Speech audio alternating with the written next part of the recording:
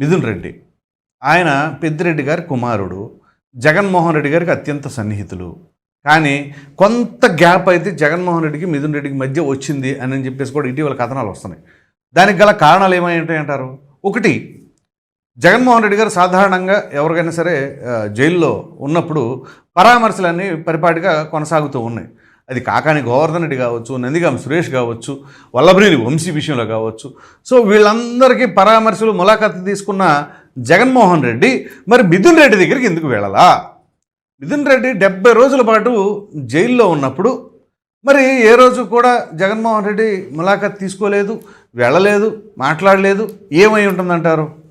So ఒకవేళ ఈ liquor కుంభకోణానికి సంబంధించిన దాంట్లో మనం ఏమన్నా పరామర్శకు వెళితే మనకేమన్నా తగులుకుంటుందా?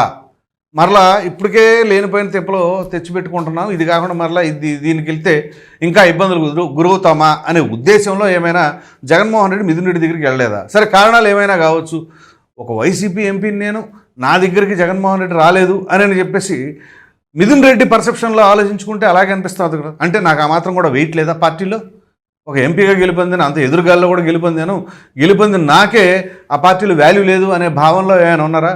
ఓ ప్రక్కన పెద్దిరెడ్డి రామచంద్రారెడ్డి కూడా కొంత అలకతో ఉన్నారా జగన్మోహన్ రెడ్డి గారి పట్ల? ఎందుకంటే ఇటీవల అసెంబ్లీ సమావేశాలు జరుగుతున్న క్రమంలో ఎమ్మెల్యేలు కనీసం మీరైనా వెళ్ళని, నేనేమీ వద్దని అనట్లేదు కదా అని జగన్మోహన్ రెడ్డి అన్నప్పుడు దానికి కొంచెం అధ్యక్షుడిగా పెద్దిరెడ్డి రామచంద్రారెడ్డిని మీరు చూసుకోండి అని చెప్పేసి అంటే, లేదు నేను వెళ్ళనని పెద్దిరెడ్డి రామచంద్రారెడ్డి చెప్పినట్లుగా.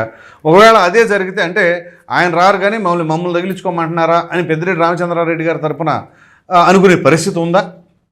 సో ఈ నేపథ్యంలో ఇప్పుడు తండ్రితో ఒక గ్యాప్ కొంచెం ఏర్పడింది అంటే ఆటోమేటిక్గా కొడుకుతో కూడా ఆ గ్యాప్ కంటిన్యూ అవుతూ ఉంటుంది అని చెప్పేసి మరి కొంత వాదన.